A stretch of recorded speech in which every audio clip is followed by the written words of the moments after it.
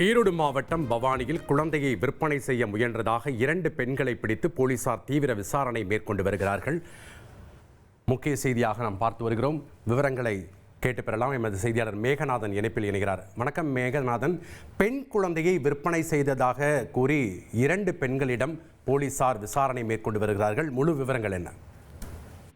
வணக்கம். ஈரோடு மாவட்டம் பவானி காவல் நிலைய எல்லைக்குட்பட்ட பவானி நகர் பழனிபுரம் 3வது வீதி பகுதியைச் சேர்ந்த ஜானகி மற்றும் செல்வி ஆகிய 2 பெண்கள் கூட்டாக சேர்ந்து கர்நாடக மாநிலம் பெங்களூருவிலிருந்து சுமார் 7 மாதமான பெண் குழந்தை ஒன்றை கடந்த 1 மாதத்திற்கு முன்பாக கணிச தொகை ஒன்று செலுத்தி வாங்கி வந்ததாகவும் கடந்த 1 மாத காலமாக தங்களுடைய வீட்டில் வைத்து பராமரித்து வந்ததாகவும் இந்த நிலையில அந்த பெண் சிசுவை விற்பனை செய்ய முயன்றதாக ஈரோடு மாவட்ட குழந்தைகள் பாதுகாப்பகத்திற்கு இன்று காலை செல்போன் மூலமாக ஒரு அழைப்பு கிடைத்ததன் பேர்ல இன்று பவானி அனைத்து மகளிர் காவல் நிலைய போலீசார் மற்றும் சட்ட ஒழுங்கு போலீசார் அந்த பகுதிக்கு சென்று அவர்களுடைய வீட்டில் சோதனை செய்து குழந்தையை மீட்டு காப்பகத்திற்கு அனுப்பி வைத்த நிலையில் 2 பெண்களையும் கையும் களவுமாக பிடித்து தற்பொழுது காவல் நிலையம் அழைத்து 2 பெண்களிடமும் தீவிர விசாரணை நடத்துவீங்க. மேலும் இந்த குழந்தையை விலைக்கு வாங்கி வந்தார்களா அல்லது காப்பகம் ஏதாவது ஒன்றிலிருந்து தத்து அதாவது எடுத்து வளர்ப்பதற்காக எடுத்து வந்தார்களா, இல்லை காதல் போன்ற திருமணங்களால் குழந்தை ஏதேனும் வேறு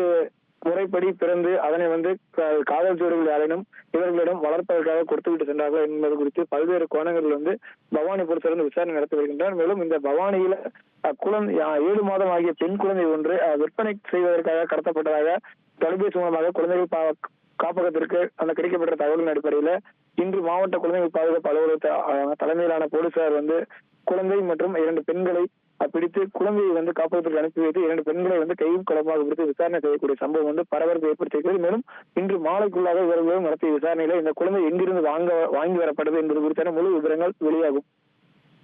நன்றி மேகநாதன், உங்களுடைய தகவல்களுக்கு. உங்கள் தந்திவன் தொலைக்காட்சியில் கருடா தினமும் காலை 6 மணிக்கு காண தவறாதீர்கள்.